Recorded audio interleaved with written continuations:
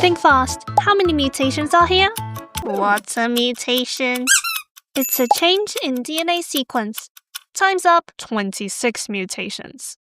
The answer I was looking for was 1. 1.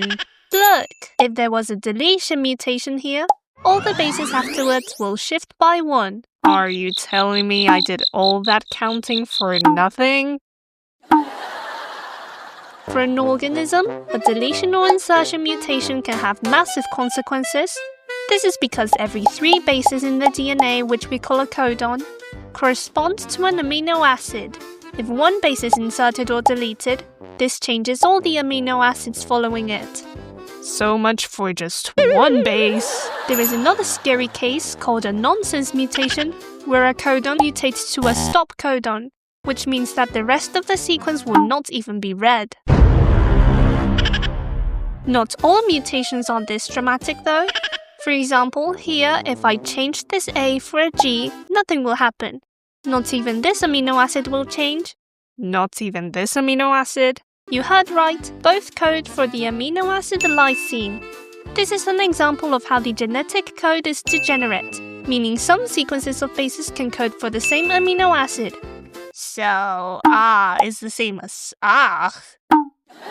I guess so. We also have missense mutations, where one amino acid is changed into another.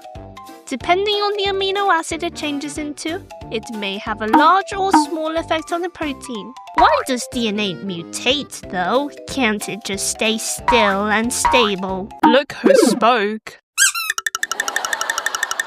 Unfortunately, the DNA doesn't really have a choice. There's just errors that happen.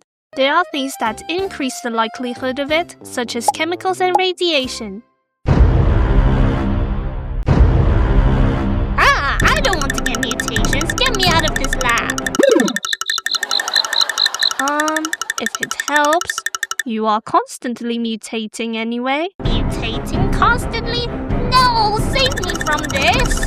Okay, that did not help. Listen, most of your mutations are happening on individual cells, so they don't have an effect on the rest of your body.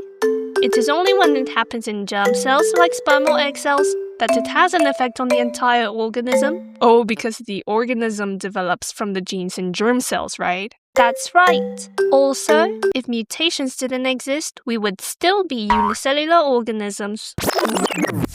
Mutations are the reason organisms can develop new traits. Also, nowadays we can alter DNA on purpose to study the effect on some genes. Wait, how can you know that by editing genes? We can do knockout studies, which involve removing a gene. By comparing the organism with the gene and the organism without the gene, we can deduce what the gene does. And how do you remove genes? With scissors? Close enough.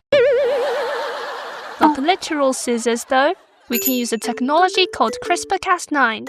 All we need is a Cas9 nuclease and a guide RNA. The Cas9 nuclease is just like a scissor, but for genes. The guide RNA is like Ctrl-F. It finds the sequence the Cas9 nuclease should cut. If we cut the DNA around the target gene, we can remove it. There is another version of editing called prime editing that is more like Ctrl-R. Search and replace. For this, we add a reverse transcriptase and a template.